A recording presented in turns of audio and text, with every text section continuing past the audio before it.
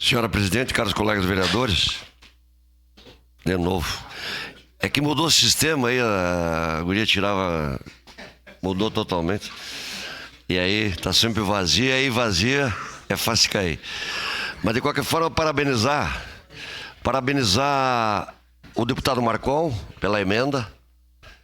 parabenizar o prefeito pela agilidade e a preocupação sempre presente com a saúde.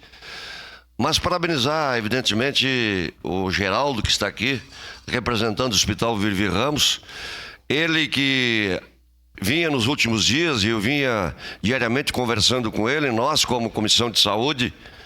preocupados em propiciar as condições para que o tão falado aqui, o novo materno infantil,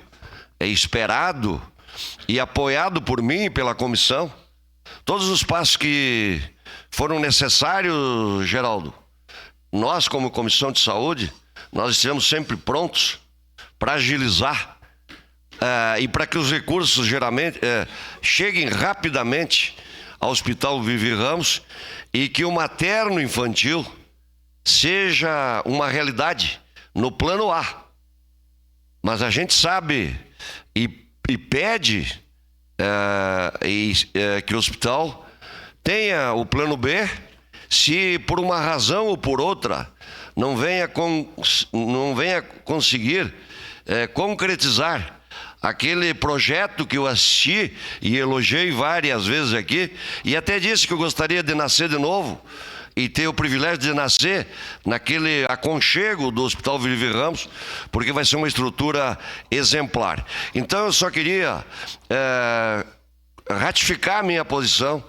do apoio da Comissão de Saúde, do apoio de nós vereadores,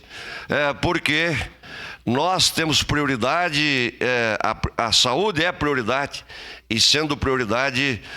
tem o meu apoio, tem a minha atenção, e eu procurei, Geraldo, desde o primeiro momento que o senhor estava preocupado nos últimos dias aí, para que esse projeto fosse protocolado e chegasse até essa casa, eu fiz, juntamente com a mesa diretora, não medimos esforços para que esse projeto chegasse e fosse aprovado, como tenho certeza que vai ser no dia de hoje. Era isso, meu muito obrigado.